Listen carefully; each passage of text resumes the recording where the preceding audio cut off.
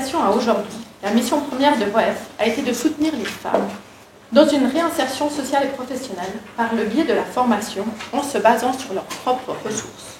WOEF est un espace de formation pour les femmes qui a été créé en 1998 et nous proposons de la formation de base à des femmes adultes. Donc ce sera de l'informatique, du français écrit, des cours de raisonnement logique pour apprendre à apprendre et aussi des bilans de compétences pour pouvoir ébaucher un projet professionnel dans une perspective de retourner sur le marché du travail. À toutes ces femmes qui un jour ont pris leur courage à deux mains et ont poussé la porte de l'institution et ont commencé le chemin de formation, dire toute mon admiration. Et puis mes deuxièmes paroles, elles sont bien évidemment pour les formateurs, mais surtout les formatrices de WOEF, que ça aussi c'est une énorme compétence.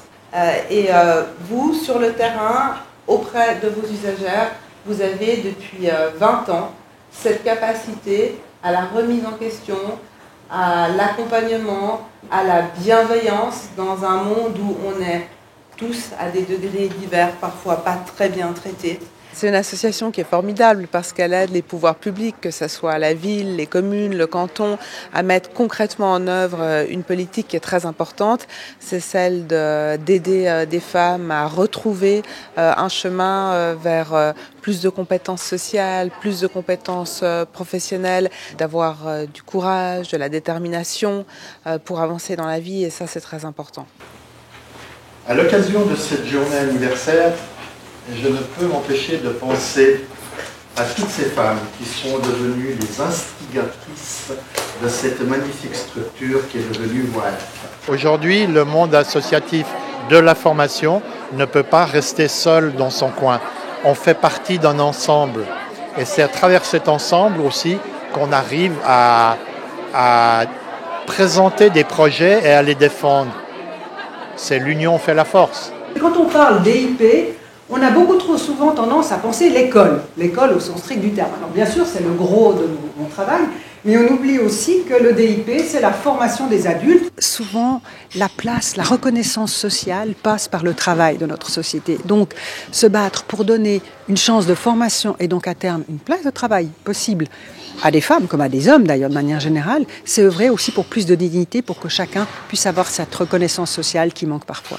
C'est plus difficile pour les femmes, donc à tous les échelons, que ce soit pour celles qui n'ont pas de formation, que dans d'autres cas, il faut se battre pour leur donner le pouvoir, au fond, pour demain.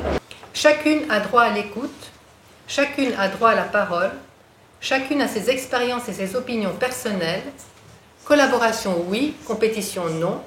Si j'ai une question, je la pose. On valorise beaucoup les compétences de ce qu'elles ont pu développer dans leur vie privée ou professionnelle dans les années précédentes et de voir comment est-ce que tout ce qu'elles ont vécu, elles peuvent le valoriser pour construire leur avenir. Et ça, pour nous, ça c'est essentiel. Quand une dame pouvait entrer à WOEF, c'était bingo. C'était la réussite pour moi, c'était ma plus grande satisfaction. C'est que je savais que dans les 3-4 ans qui allaient suivre, elle serait autonome.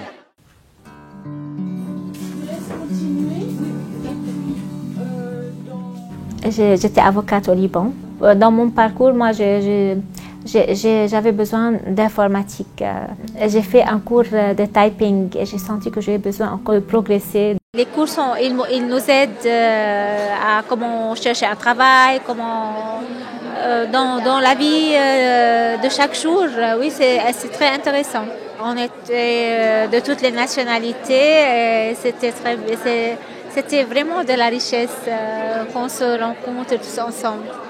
La première chose peut-être, c'est de dire qu'effectivement, quand on est formatrice à WOEF, on accepte qu'on n'est pas la seule personne qui détient le savoir.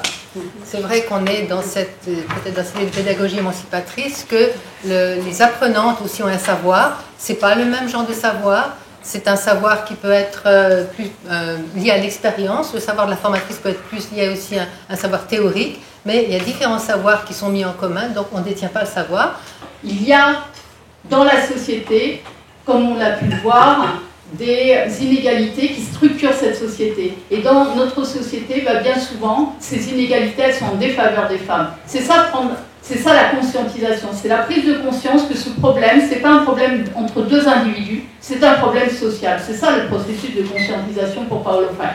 Parce qu'à partir du moment où on prend cette conscience-là, on comprend qu'il ne s'agit pas de changer les relations entre deux individus, on comprend qu'il s'agit de changer la société, de la transformer, si on veut transformer le rapport social et pas seulement des relations entre individus.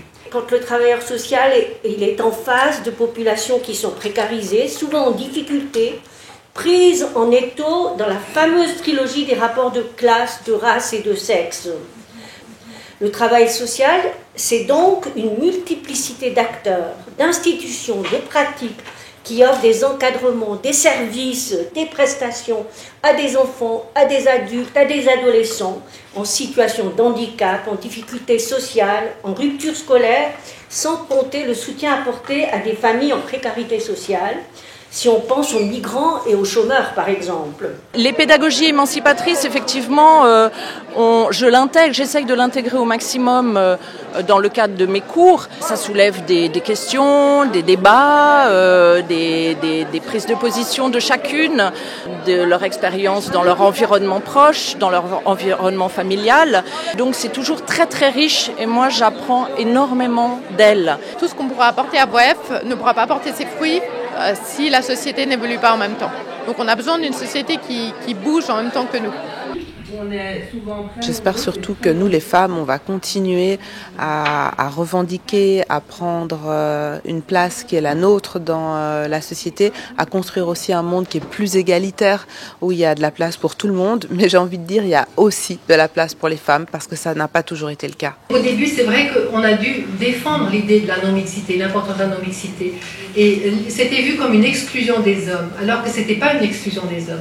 C'était permettre à des femmes dans des situations particulières, à un moment donné, de pouvoir reprendre confiance en elles, en leurs capacités. On estimait que cette non-mixité était essentielle. C'est une question qu'on ne pose pas à des groupes d'hommes. Pourquoi est-ce qu'ils existent sans la mixité ?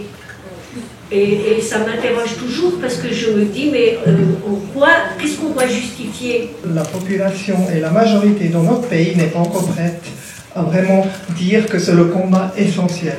Et c'est pour ça, je trouve très important d'ailleurs que Boef continue dans son travail d'émancipation de tout le monde.